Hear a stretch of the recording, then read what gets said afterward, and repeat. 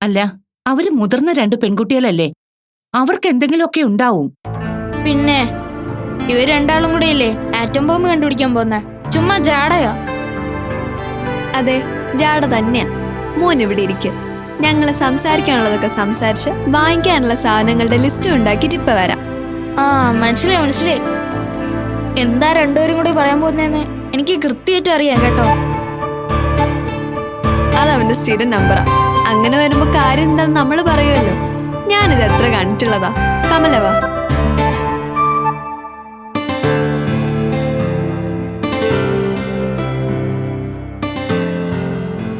പരദൂഷണമായിരിക്കും. പെണ്ണുങ്ങൾ ഒന്നിച്ചുകൂടിയ വേറെന്താ പരിപാടി?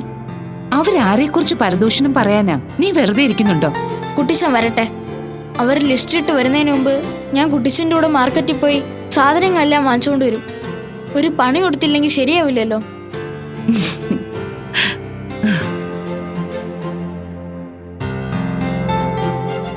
താനെന്റെ ഫ്രണ്ടിനെ കുറിച്ച് എന്തോ പറഞ്ഞപ്പോ ഞാൻ വല്ലാതെ ദേഷ്യപ്പെട്ടു. സോറി. അതിന് സോറി പറയാനാണോ നീ എന്നെ തനിച്ചിങ്ങ് കൂട്ടി വന്നത്? അതല്ല, എനിക്കെന്തോ എന്റെ മനസ്സിൽ വല്ലാത്തൊരു സംശയം. അയാൾ എന്തായിരിക്കും എന്റെ മുന്നിൽ വരാത്ത? ഇന്ന് വരെ ഒരു മോശം വാക്ക് പറഞ്ഞിട്ടില്ല. ചെയ്യുന്ന പ്രവൃത്തികളൊക്കെ നല്ലതാ. എന്നിട്ടും എന്താ എന്നെ കാണണമെന്നൊരു താല്പര്യമില്ലാത്ത? അതാ എന്റെ ഡൗട്ട്. ഞാൻ പറഞ്ഞാ നിനക്ക് ദേഷ്യം വരുമോ? ഇല്ല, പറഞ്ഞോ. ചില ആളുകൾ അത് നമ്മൾ ഈ പുറത്തൊക്കെ പോകുമ്പോൾ കാണും. ഞാൻ ആരെയും നോക്കില്ല, എൻ്റെ മുമ്പിലൊന്നും നടക്കുന്നില്ല എന്ന ഭാവത്തിൽ അങ്ങ് നടന്നു പോകും. എന്നാ സത്യം എന്താ? അയാളെ കാണുന്ന പോലെ വേറെ ഒരാളും അവിടുത്തെ കാഴ്ചകൾ കാണുന്നുണ്ടാവില്ല. എന്നാ ഇത് പറഞ്ഞാ അയാൾ വിട്ടുതരുമോ? ഇല്ല. ഒരു സാധ്യത അതിനാണ്. പിന്നത്തൊരു സാധ്യത അല്പം അപകടം പിടിച്ചതാ. എന്തപകടം? നീ ടെൻഷൻ ആവണ്ട. ഈ ഫോൺ വഴിയുള്ള റിലേഷൻസിന് ചില സ്വഭാവങ്ങളുണ്ട്. ഒരാൾ അയാളുടെ ഐഡന്റിറ്റി വെളിപ്പെടുത്താതെ നമ്മളോട് സംസാരിച്ചു കഴിഞ്ഞാൽ കുറച്ച് നാൾ കഴിഞ്ഞ് പിന്നെ അത് വെളിപ്പെടുത്താൻ പറ്റാത്തൊരവസ്ഥ വരും. അതെങ്ങനെ? ഇപ്പൊ നീ ആലോചിച്ച് നോക്കിയേ. ഈ വിളിക്കുന്ന ആള് നിനക്ക് വേണ്ടപ്പെട്ട ഒരാളാണ്. എനിക്ക് വേണ്ടപ്പെട്ട ഒരാളോ? അങ്ങനെ കരുതാനാ പറഞ്ഞത്. അയാൾക്ക് നിന്നോട് സംസാരിക്കുന്നത് ഇഷ്ടമാണ്, എന്തെങ്കിലുമൊക്കെ ഷെയർ ചെയ്യാൻ താല്പര്യമാണ്. പക്ഷെ മേ ബി പർപ്പസ്ഫുള്ളി നിന്റെ മുമ്പിൽ വന്ന് നിൽക്കാൻ താല്പര്യമില്ല. കേട്ടിട്ടില്ലേ ചില ഫേക്ക് ഐഡീസ്? 50-60 വയസ്സുള്ള ആൾക്കാർ ചില ടീനേജേഴ്സിനടുത്ത് കമ്പനിയാവുന്നത്. പക്ഷെ അതൊന്നും അല്ല. അതൊക്കെ ശബ്ദം കേട്ടാ തിരിച്ചറിയില്ലേ? ഈ ഇടപാടിന്റെ പേരെ ഫേക്ക് എന്നാ. അപ്പൊ പിന്നെ എങ്ങനെ കണ്ടുപിടിക്കാനാ? സത്യം പറഞ്ഞ നിന്റെ കാര്യത്തിലേ എനിക്ക് ആ ഒരു സംശയമുണ്ട്. എനിക്ക് തോന്നുന്നില്ല അയാൾ ഒരിക്കലും യാമിയുടെ മുമ്പിൽ വരുമെന്ന്. ഒരു 3 ദിവസം കഴിയട്ടെ എന്നാ പറഞ്ഞിരിക്കുന്നത്. അത് കഴിയുമ്പോൾ അയാൾ വേറെ എന്തെങ്കിലും പറയും. ഇനിയൊരു മാറ്റം വന്നാ യാമി ഉറപ്പിച്ചോ, ഇതൊരു ഊരാ കൊടുക്ക. അയാൾക്ക് ഇനി നിന്റെ മുമ്പിൽ ഒരിക്കലും വരാൻ പറ്റില്ല. അങ്ങനെ വന്ന എന്ത് ചെയ്യും? സ്റ്റോപ്പ് ചെയ്യണം. അപ്പൊ ഇത്രയും നാളെ സംസാരിച്ചതൊക്കെ? നമ്മൾ പുസ്തകങ്ങൾ വായിക്കാറില്ലേ, സിനിമ കാണാറില്ലേ? നമ്മളത് കുറച്ച് കഴിയുമ്പോൾ മറന്നു പോവില്ലേ? അതുപോലെ അങ്ങ് മറക്കണം. ഓക്കെ. ഈ 3 ദിവസം കഴിഞ്ഞിട്ട് അയാൾ വന്നില്ലെങ്കിൽ പിന്നെ ഇല്ല. അതിങ്ങനെ എന്നെ കളിപ്പിക്കാൻ വേണ്ടി പറഞ്ഞാൽ പോരാ. മനസ്സിൽ നന്നായിട്ട് ഉറപ്പിച്ച് പറയണം. അതൊരു സ്ട്രോങ് തീരുമാനം തന്നെ ആയിരിക്കണം. ഞാൻ തീരുമാനിച്ചു. ഇനി ഇതിൽ മാറ്റമില്ല. അപ്പൊ പ്രോബ്ലം അവസാനിച്ചല്ലോ. കമല പറഞ്ഞപ്പോ മുതൽ ഞാൻ നോക്കുക. എനിക്ക് ചുറ്റും ആരൊക്കെയുണ്ട്. അങ്ങനെ ഒരു ഫേക്ക് ആണെങ്കിൽ അത് ആരായിരിക്കും? ഇപ്പോഴത്തെ അവസ്ഥയിൽ അതാരാണെന്ന് എനിക്കും അറിയില്ല, നിനക്കും അറിയില്ല. പക്ഷെ ഒരു കാര്യം നീ മനസ്സിലാക്കിയോ, ഈ ഓൺലൈനിൽ ഫ്രോഡ് പരിപാടികൾ ഒരുപാടുണ്ട്. അതിൽ ചിലത് സൗഹൃദമായിട്ട് വരാം, ചിലത് സാമ്പത്തിക ഇടപാടായിട്ട് വരാം, ചിലത് ജോലി ഓഫർ ചെയ്ത് വരാം, ചിലര് ഉപദേശകരായിട്ട് വരാം. അവിടെയൊക്കെ നമുക്ക് ചെയ്യാൻ പറ്റുന്ന കാര്യം നമ്മുടെ ബുദ്ധി കൊണ്ട് അതിനെയൊക്കെ നേരിടുക എന്നതാണ്. നിനക്ക് നല്ല ബുദ്ധിയുണ്ടല്ലോ, പിന്നെന്താ? വരട്ടെ. എന്തായാലും 3 ദിവസത്തിനപ്പുറത്തേക്ക് ഇത് ഉണ്ടാവില്ല. 2-1 ഞാൻ തീരുമാനിച്ചിട്ടുണ്ട്.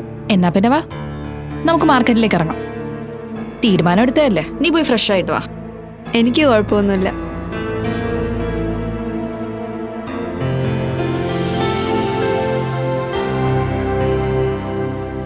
നമ്മുടെ പഴയ ചങ്ങാതിമാരായിട്ട് കോണ്ടാക്ട് ഉണ്ടോ? ആ, കുറച്ചുപേരൊക്കെ ആയിട്ടുണ്ട്. കുറച്ചാൾ മുമ്പ് ഒരു വിളിക്കുകയൊക്കെ ചെയ്യായിരുന്നു. പിന്നെ എല്ലാവർക്കും ഫാമിലിയൊക്കെ ആയി, പ്രൊഫഷന്റെ തിരക്കുകളായി, അങ്ങനെയൊക്കെ. നമ്മുടെ കൂടെ ഉണ്ടായിരുന്നൊരു ബാനർജി ഇല്ലേ? കിരൺ ബാനർജി. അവനെ ഞാനൊരിക്കൽ കണ്ടു.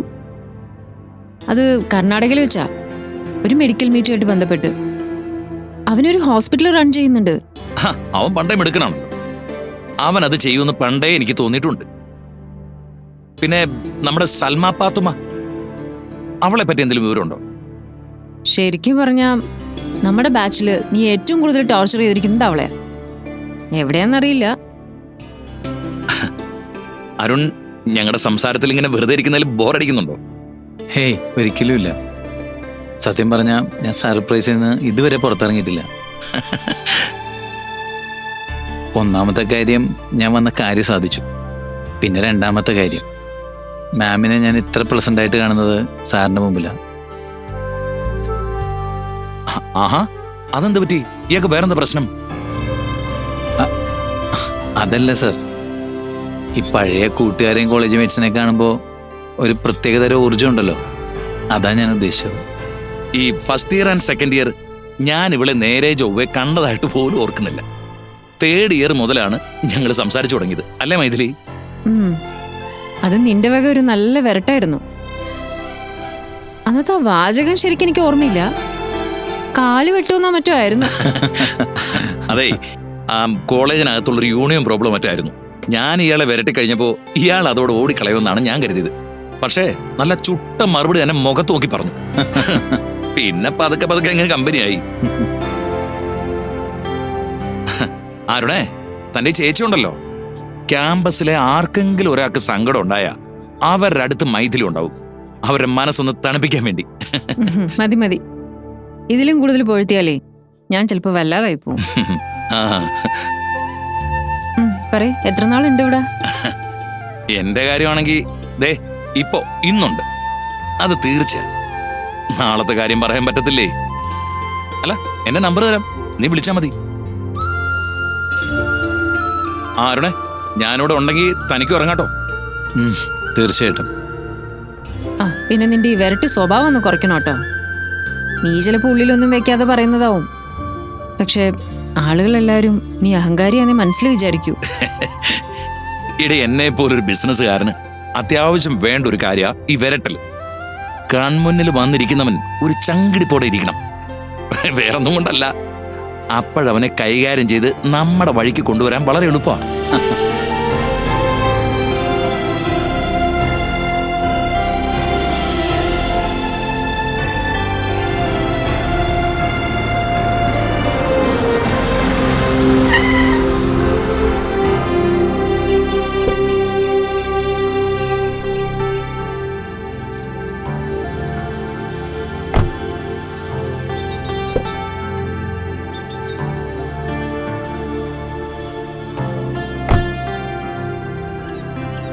ഇവിടെ എന്താ മാം?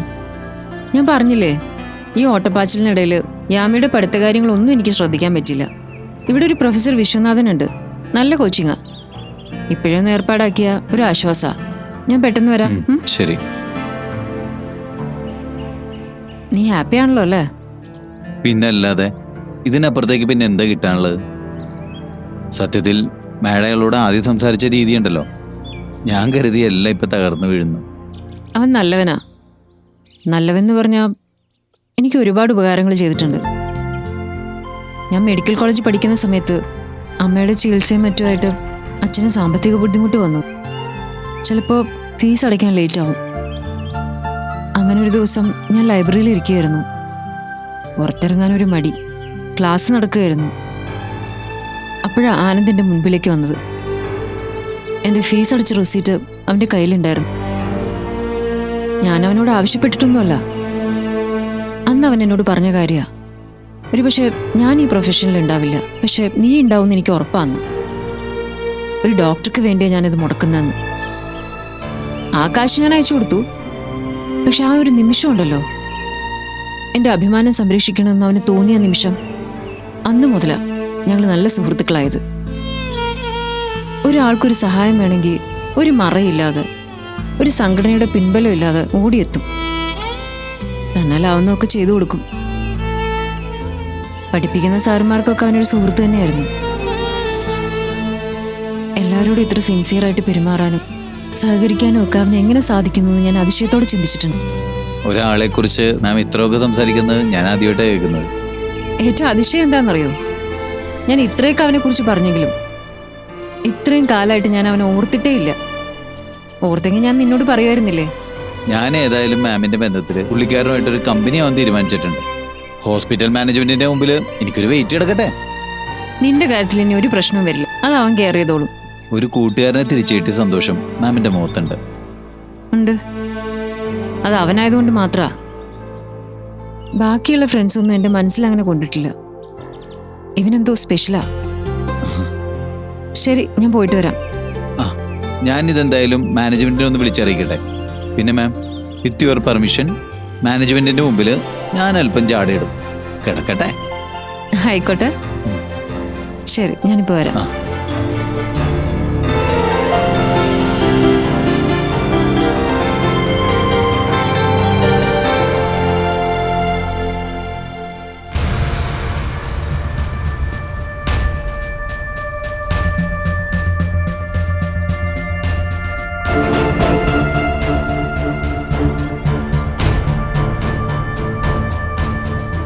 ഇതെന്താടോ ഇത്ര വലിയ ആലോചന? നമ്മളിവിടെ വന്ന് നിൽക്കാൻ തുടങ്ങിയിട്ട് കുറച്ചു നേരമായി. ഇത്രയും നേരമായിട്ട് താനൊരു വാക്ക് പോലും സംസാരിച്ചിട്ടില്ല. Sorry uncle. എന്താ പ്രശ്നം? ഒരു പ്രശ്നമുണ്ട്. പക്ഷേ അത് അങ്കിളിനോട് എങ്ങനെ പറയുന്ന? എന്നോട് പറയുന്നതുകൊണ്ട് എന്താ? അങ്കിളിന് ഞാൻ തരുന്നൊരു ബഹുമാനമുണ്ടല്ലോ, അത് വെച്ച് നോക്കുമ്പോ പറയണോ വേണ്ടേന്നൊരു... അതൊന്നും താൻ കാര്യാക്കണ്ട, താൻ പറ. അതൊരു കൺഫ്യൂഷൻ. അങ്കിളും മനസ്സിൽ ചിന്തിക്കുന്ന പോലെ തന്നെ ഒരു പെൺകുട്ടിയായിട്ട് എനിക്ക് ഒരു ലവ് അങ്ങനെ തീർത്ത് പറയാൻ പറ്റില്ല. ഞങ്ങൾ തമ്മിൽ കണ്ടിട്ടില്ല, ഫോണിലൂടെ മാത്രമേ സംസാരിച്ചിട്ടുള്ളൂ. പക്ഷെ അയാൾ എന്നോട് നല്ല അറ്റാച്ച്ഡ് ആണ്. പിന്നെ കാണണമെന്ന് നിർബന്ധിക്കുക. ഇപ്പോ ഒരു ഫൈനൽ വാർണിംഗും തന്നു, ഇനിയും കണ്ടില്ലെങ്കിൽ സ്റ്റോപ്പ് ചെയ്യുമെന്ന്. എത്ര കാലമായി ഈ റിലേഷൻ തുടങ്ങിയിട്ട്? ഒരു 6 months. തന്നെ ഞാൻ മനസ്സിലാക്കിയിടത്തോളം അങ്ങനെ ഒരു റിലേഷൻ സൂക്ഷിക്കുന്ന ആളല്ല താൻ. ആള് കുറച്ച് കുഴപ്പക്കാരനുമാണ്. തൻ്റെ ചില രീതികളിൽ നിന്ന് എനിക്കത് മനസ്സിലാവും. അതൊക്കെ യൂത്തിന്റെ ഭാഗം. അല്ല, എന്നിട്ടും താനിങ്ങനെ റിലേഷൻ മെയിൻറ്റെയിൻ ചെയ്യുന്നു എന്ന് പറയുന്നത് എനിക്കതങ്ങ് അതിശയാണ്. ഒരു കുഴപ്പമുണ്ട്, മുമ്പിൽ ചെന്ന് ചാടാൻ പറ്റില്ല. അതെന്ത് പറ്റി? ആ കുട്ടിക്ക് എന്നെ അറിയാം. അറിയാന്ന് പറഞ്ഞാൽ അല്പം കുഴപ്പക്കാരനായിട്ട് തന്നെ അറിയാം. പക്ഷെ ഫോണിൽ സംസാരിക്കുന്നത് ഈ ലോകത്തിൽ ഏറ്റവും നല്ലവനെന്നാ. അത് കുറച്ച് കുഴപ്പമാണല്ലോ. അതല്ലേ കൺഫ്യൂഷൻ. അല്ല, ഈ സംസാരിക്കുന്ന കുട്ടിയെ സ്വന്തമാക്കണമെന്നോ ജീവിതകാലം മുഴുവൻ കൂടെ കൂട്ടണമെന്നോ താൻ ആഗ്രഹിക്കുന്നുണ്ടോ? ഏയ്, ജീവിതത്തിൽ ഒരാൾ കൂടെ ഉണ്ടാവണമെന്നതിനെ കുറിച്ച് ഞാൻ ചിന്തിച്ചു തുടങ്ങിയിട്ടേ ഇല്ല. ഒന്നുമോന്റെ ഉദ്ദേശം അത്ര നല്ലതല്ല. ആ പെൺകുട്ടിയുടെ കഷ്ടകാലം. ഇതൊക്കെയല്ലേ ജീവിതത്തിന്റെ ഒരു രസം. അതിൽ തെറ്റുണ്ടോ? നമ്മുടെ തെറ്റും ശരിയൊക്കെ നമ്മളല്ലേ തീരുമാനിക്കുന്നത്. നാട്ടുകാർ പലതും പറയും, അതൊന്നും നമ്മൾ കാര്യമാക്കേണ്ട കാര്യമില്ല. ഒരുപക്ഷെ അധികം വൈകാതെ നേരിട്ട് കാണും. അങ്ങനെ വന്നാൽ ഒരു പൊട്ടിത്തെറി ഉറപ്പാ. അങ്ങനെയാണെങ്കിൽ കാണാതിരുന്നൂടെ? ഏയ്, കാണണം. കണ്ടതിന് ശേഷം അതിന്റെ റിസൾട്ട് ഞാൻ അങ്കിളിനോട് പറയാം. ഓക്കെ.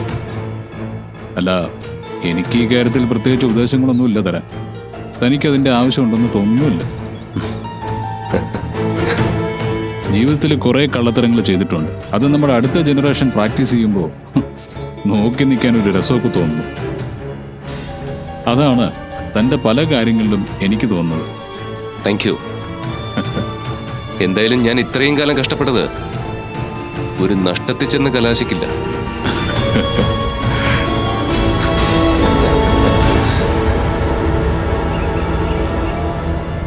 മാഡം. ചൈതന്യ, മാഡം എന്താ ഇവിടെ? ചൈതന്യയുടെ വീട് ഇവിടെ അടുത്താണോ? അതെ, ഞാൻ പറഞ്ഞിരുന്നല്ലോ. ഞാനിവിടെ ഒരു പ്രൊഫസറിനെ കാണാൻ വന്നതാ. അരുണും ഉണ്ട് കൂടെ.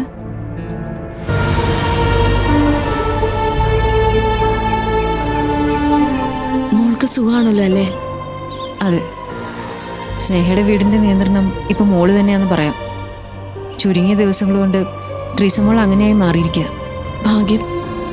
എനിക്ക് താലോലിക്കാൻ ഭാഗ്യമില്ലാതെ പോയെങ്കിലും അവൾക്കത് കിട്ടുന്നുണ്ടല്ലോ.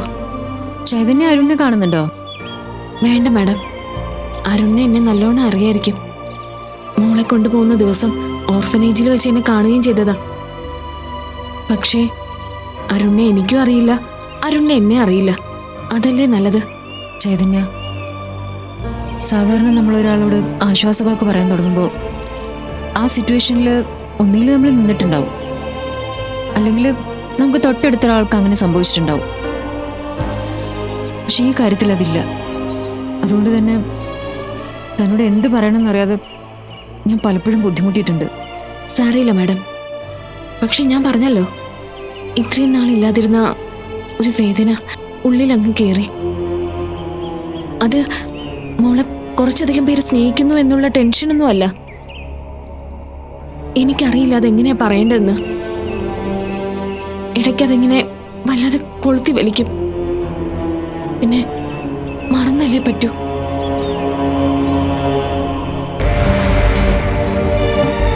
ശരി, ഞാൻ വിളിക്കാം.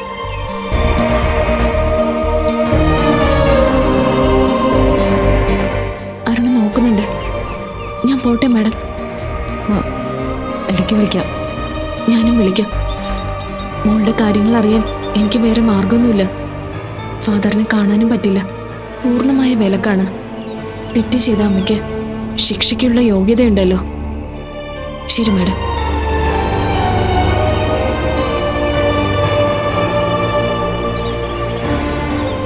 അവരെന്തിവിടെ? അവരെന്ത് പറഞ്ഞു? ചൈതന്യയുടെ വീട് ഇവിടെ അടുത്താ. എവിടെ പോയാലും സ്വസ്ഥത തരില്ല. ആ കുട്ടി ഒരു പാവാ. നിന്നെ കാണണമെന്ന് ഞാൻ ചോദിച്ചപ്പോൾ കാണുന്നതും സംസാരിക്കുന്നതും നിനക്ക് വേദനയാവുന്ന പറഞ്ഞു. അങ്ങനെ ചിന്തിക്കുന്ന ഒരാളെ തെറ്റു പറയാൻ പറ്റുമോ? ഓർക്കുമ്പോൾ തന്നെ എനിക്ക് പേടിയാണ് മാം. കാണുന്ന കാര്യം പിന്നെ പറയണ്ടല്ലോ. ജീവിതകാലം മുഴുവൻ ഇങ്ങനെ ഒരു ഭീഷണി സഹിക്കേണ്ടി വരുമല്ലേ? എടാ, ഇതൊരു ഭീഷണിയാന്ന് കണ്ടാൽ നമ്മൾ പേടിക്കും. മറിച്ച് ഇത് അവളുടെ ഒരു ഗതികേടായിട്ടാണ് തോന്നുന്നുണ്ടെങ്കിൽ അവളോട് സഹതാപം തോന്നും. അതാ വേണ്ടത്. എല്ലാവർക്കും അവരവരുടേതായിട്ടുള്ള കഥയുണ്ടാവും. റീസമോളെ ഉപേക്ഷിച്ചു പോയ അവർക്കും നിന്നെ ഉപേക്ഷിച്ചു പോയ നിന്റെ അമ്മയ്ക്കും. പൊറുക്കാൻ ശീലിക്ക് എല്ലാവരോടും. വാ പോവാ.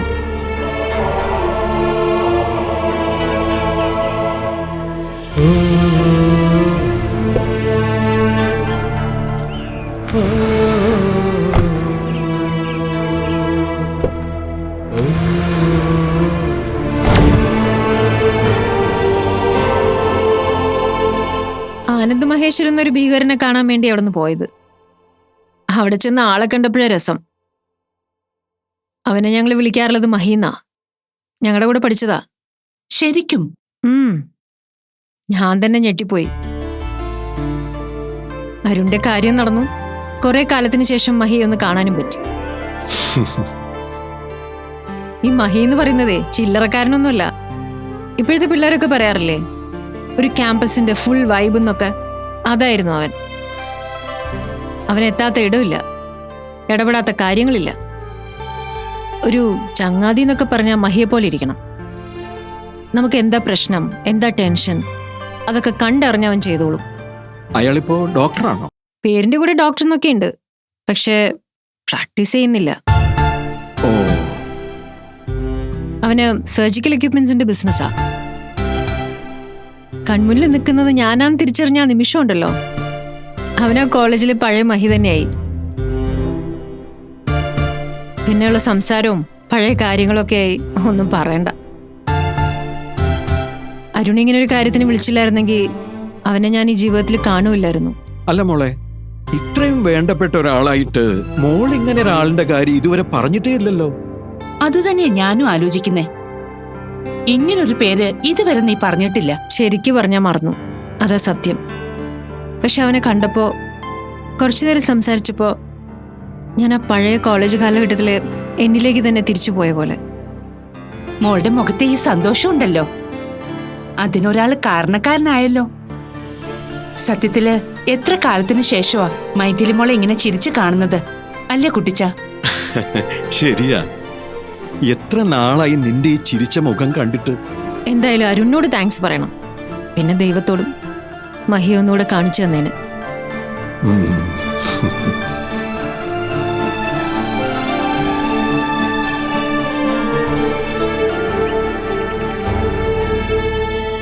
ഇതിനിപ്പോ നീ ഇത്ര ടെൻഷൻ ആവേണ്ട കാര്യം എന്താ? അവളെ നീ കണ്ടത് അവളുടെ നാട്ടിൽ വെച്ചല്ലേ. സ്വന്തം കുഞ്ഞിനെ കാണാൻ വരരുതെന്ന് പറഞ്ഞ് അവളെ വിലക്കാം. എന്ന് വെച്ച് നാട്ടിലിറങ്ങി നടക്കാൻ പറ്റില്ലെന്ന് പറയാൻ പറ്റുമോ? ഫാദർ എന്നെ കുറ്റപ്പെടുത്തുവാണോ? അല്ലാതെ പിന്നെ. നിന്നെ കാണാറുണ്ടോന്ന് മൈഥിലി അവളോട് ചോദിച്ചു. കാണുന്നില്ല. കണ്ടാൽ നീ ടെൻഷൻ ആവുന്ന അവള് മറുപടി പറഞ്ഞത്. എടാ, അതിന് നല്ലൊരു മറുപടി ആർക്കേടാ തരാൻ കഴിയുക? അതൊക്കെ സത്യമാണ് ഫാദർ. എന്നാലും വല്ലാത്തൊരു ഭയം. ട്രീസ മോളെ കൊഞ്ചിക്കുമ്പോഴും അടുത്തിരിക്കുമ്പോഴൊക്കെ ആ ഭയം എന്നെ പിന്തുടരുന്നുണ്ട്. ചൈതന്യയുടെ കാര്യം ഓർക്കുമ്പോൾ ഞാൻ വല്ലാതെ നിശബ്ദനായി പോവും. സ്നേഹ ചോദിക്കും എന്താ പറ്റിയെന്ന്. എനിക്കെന്ത് പറയാൻ പറ്റും? എടാ, അതുകൊണ്ടൊക്കെ തന്നെയാണ് നീ ഇതൊക്കെ അറിഞ്ഞിരിക്കണമെന്ന് ഞാൻ നിർബന്ധം പിടിച്ചത്. നീ ഒന്ന് ആലോചിച്ച് നോക്കിയേ. ഞാനും മൈഥിലിയൊക്കെ ഇത് മൂടി വെച്ചതിന് ശേഷം മറ്റൊരു സന്ദർഭത്തിലാണ് നീ ഇതൊക്കെ അറിഞ്ഞിരുന്നെങ്കിൽ എന്തായിരിക്കും നിന്റെ അവസ്ഥ?